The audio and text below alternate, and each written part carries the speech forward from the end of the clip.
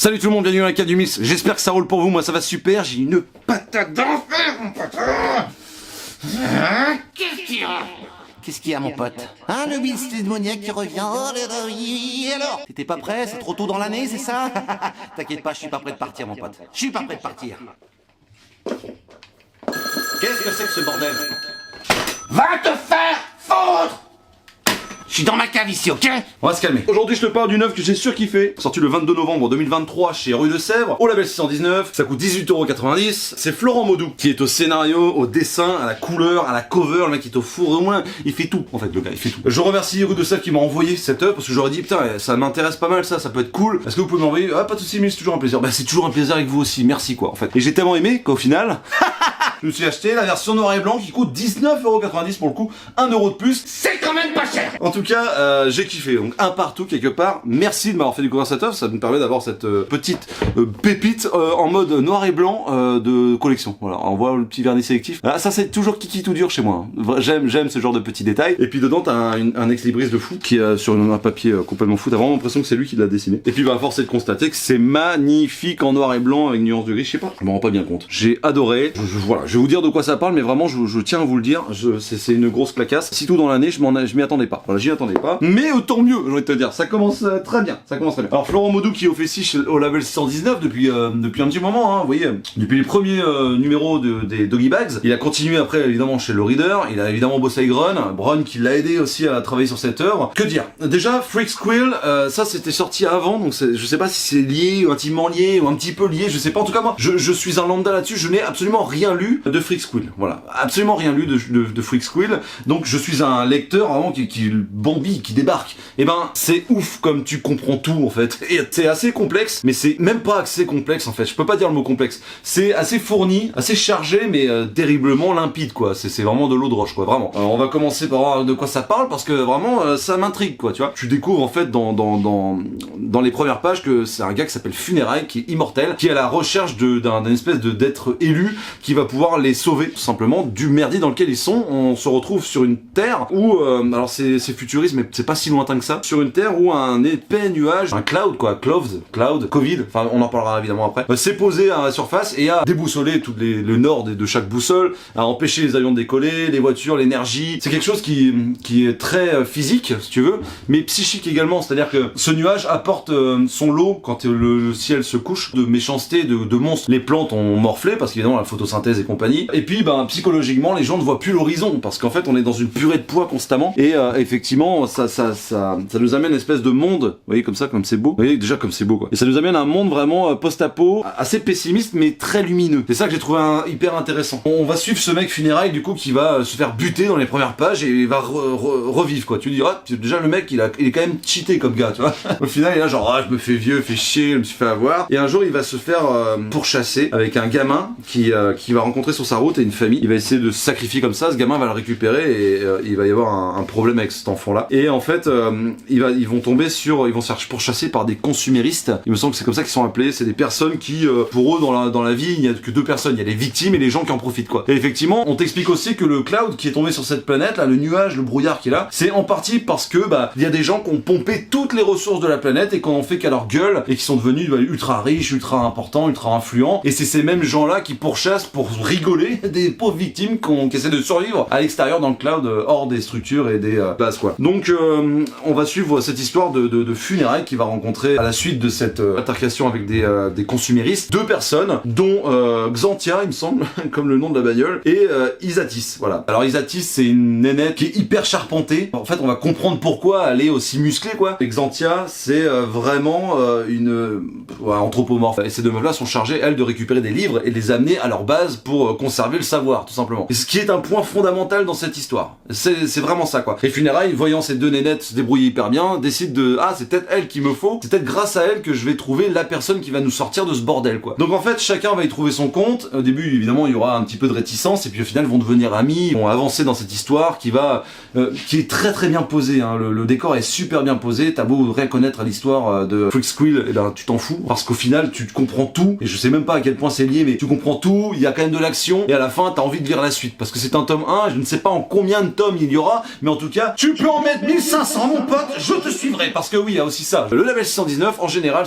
à mon sens, ça a toujours été le cas, et je le dis depuis des années, c'est quand même un label, mon presque éditeur, indépendant, clairement, qui a tout simplement réussi à transformer la franco-belge, parce que c'est du français, cocorico, quelque part. Tu peux me traiter de chauvin si tu veux, frérot, mais c'est du français, et ils ont réussi à changer la vision qu'on peut avoir du gros nez, des bandes dessinées à papa et compagnie, quoi. C'est français, il faut les mettre en valeur, et c'est pour ça que, pour une fois, si vous aviez un conseil, là, en fin d'année, début d'année, pour acheter les petites étrennes que Mémé t'a filé dans ta poche, bah, lancez-vous là-dessus. N'attendez pas une intégrale, c'est ça que je veux dire. Parce que si tout le monde attend une intégrale, le tome 1 ne marche pas, le tome 2 encore moins, le tome 3 pas du tout. Au final, il n'y aura pas d'intégrale, mon pote. Et tu vas louper une pépite absolue. Je vous incite vraiment à le faire, hein. Moi, ça m'arrive plein de fois d'acheter le tome 1 à 8, par exemple, et un jour, il y a 2 intégrales qui sortent. Bon, bah, je revends le tout sur le bon coin, et je m'achète les 2 intégrales. Oui, c'est un coût. Bien sûr, c'est un coût. Évidemment, vous vous foutez pas dans la merde pour de la BD. Mais, je suis persuadé que, en soutenant les tomes un par un, on fait de cette œuvre que l'on aime. Évidemment, si tu aimes pas, tu achètes pas, frère. Mais moi, quand j'aime une œuvre, je vais jusqu'au bout, et après, c'est possible que des fois, même, je garde l'œuvre en plusieurs tomes et je vais en intégrale. Bref, c'était une petite virgule, mais ouais, soutenez les tomes 1, soutenez les tomes 2, soutenez les tomes 3, et si un jour tu vois une intégrale, des fois, j'ai même pas envie de voir l'intégrale, tellement je suis content de m'avoir mes trucs individuellement, tu vois. Et je me dis, tu vois, grâce un peu à moi, quelque part, il y a une intégrale qui est née, tu vois. Donc bref, moi, c'est un truc qui me botte. Donc, cette histoire de funérailles qui va tout simplement suivre ces 2 nénettes-là, elles vont les amener à une base, et dans cette base-là, en fait, on va se rendre compte qu'il y a une vie, il y a des gens qui s'aiment, et c'est un petit peu des nomades et tout. C'est ce genre d'œuvre où tu te dis vraiment, tout va me plaire, en fait. Absolument tout. Toutes les références. Il y a des références à Akira, il y a des références à toutes les œuvres de science-fiction, il y a des petites références à des films comme The Big Lebowski, Alien, il y a cette course de moto, là, totalement Akira. Je crois qu'en plus, il y en a un qui s'appelle, je sais plus comment il s'appelle, mais c'est l'un des noms dans Akira, ça m'a choqué. Vu que je suis pas très bon en manga, je vais pas pouvoir vous aider, mais bon, bref, j'ai passé un excellent moment. Alors, Tetsuo. Voilà, Tetsuo. On a perdu Harley et Tetsuo. Putain, les mecs, trop bien, parce que j'ai pas lu beaucoup de mangas, mais vraiment, bon bah voilà. Akira, c'est une grosse pépite. Donc voilà, c'est très beau, c'est magnifique. C'est magnifique, vraiment, c'est à se taper le cul par terre. C'est dynamique, c'est complètement incroyable. Il y a évidemment un énorme lore autour de tout ça. Il y a les éclaireurs, les botanistes, les bibliothécaires. On sent qu'en fait, on est au début d'une aventure qui va nous offrir un lore complètement dantesque, que moi je connais pas, un peu à la façon d'un jeu de rôle. Parce qu'il est évidemment question de jeu de rôle là-dedans. C'est une ode à l'amour, c'est-à-dire on est vraiment dans l'idée d'avoir une BD qui t'explique que n'importe quelle œuvre de pop culture est importante, et qu'il n'y a aucun truc qui est privilégié par rapport à un autre, parce que selon les âges, les affinités, compagnie, tout est important. Et j'ai trouvé ça très très fort, très très fort. Il y a une grosse référence au jeu de rôle, donc une grosse référence au Warhammer, une grosse référence à des jeux vidéo. Enfin, en fait, c'est un gloubi-boulga de plein de choses incroyables que moi je kiffe vraiment profondément. C'est-à-dire que je fais du jeu de rôle, j'ai joué au Warhammer, j'aime ce genre de délire de monstres, d'aube, de post-apocalyptique, très lumineux, parce qu'encore une fois, c'est quelque chose tu dis, le postulat de base, il est quand même assez sombre. Au final, tu prends un pied pas possible, parce que c'est très lumineux. Et puis évidemment, moi j'ai pas pu m'empêcher de comparer le titre, la police d'écriture, avec ces 3 titres de Cloud, qui font Covid. Enfin vraiment, hein, je suis sur ce délire-là. Moi je sais pas si c'est le cas, mais en tout cas, j'ai vu dans cette œuvre-là, et c'est aussi toute la magie de ces œuvres-là, parce que aussi vite, ça a échappé à l'auteur, il a pas du tout voulu dire ça, et moi je le vois comme ça. Je trouve qu'il y a une grosse explication en justement les métiers, les œuvres et compagnie qui sont jugées utiles, et donc accessibles ou non. Parce que là, il y a vraiment une histoire puisque ces 2 nanettes-là sont chargées d'aller chercher des livres pour les ramener dans leur base. Leur base ayant une place limitée, elles peuvent pas tout ramener. Sauf que elle est fan de jeux de rôle, en fait. En gros, c'est ça, quoi.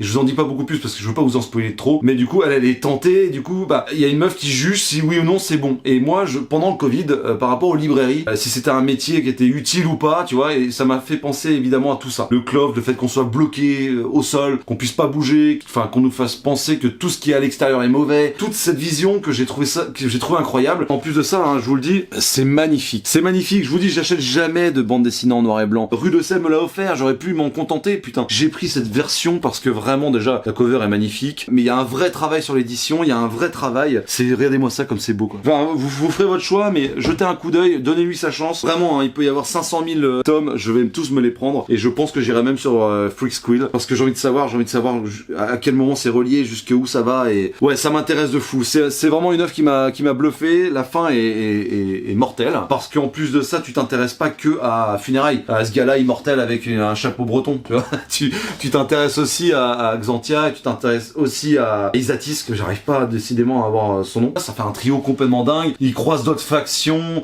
il y a des kaiju, enfin ouais, mais tout est bon, tout est là quoi. T'as cette sensation d'être avec eux dans les rues, un petit peu à se planquer derrière les arbres, derrière les bâtiments pour échapper à des gangs qui ont complètement pété un plomb. Il y a un petit côté La Route, le film La Route, qui est un film qui m'est complètement insoutenable de regarder, mais que je catégorise comme au rang de chef-d'œuvre. Donc chapeau Florent Maudou, vraiment mes chapeaux mec. Je sais pas comment c'est possible d'être aussi balèze, surtout tu me bluffes, ton dessin me bluffe, ta colo me bluffe, ton histoire me bluffe. Je pense que si on s'était connus, tu vois, c'est marrant de penser à ça, parce que au lieu de penser à l'œuvre, je pense aussi à l'artiste. Et je pense que si j'avais rencontré Florent Maudou dans ma jeunesse, on serait devenus les meilleurs amis du monde. C'est évident en fait, parce que quand t'as une œuvre qui te touche comme ça, vraiment t'as envie de dire: eh mon pote, passe à la maison, viens boire un coup. J'habite Nantes, c'est pas si loin que ça mon pote. Où es-tu, Florent? Bref, j'ai passé un excellent moment. Donc je vous conseille absolument Cloud. Merci à Rue de Sèvres de me l'avoir envoyé sans chipoter, vraiment c'est trop gentil. Sautez sur la version noir et blanc avec cet ex libris là, c'est complètement fou pour 1€ de plus. Ça les vaut largement et bah vraiment ouais, c'est magnifique, c'est magnifique. J'ai vraiment hâte à la suite. En plus regardez, ouais, enfin il y a tellement de choses à dire, je pourrais continuer ce délire de mythologie nordique avec un petit peu les armures de guerre.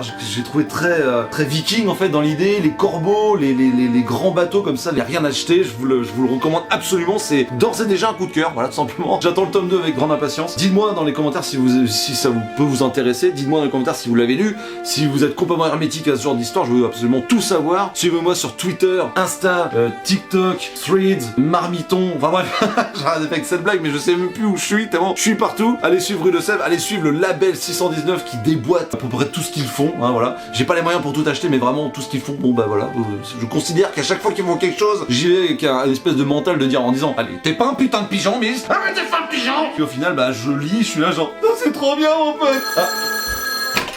Ouais, Ron. Ah, ça va mec? Eh ben écoute, change rien mon pote. Ah, bisous.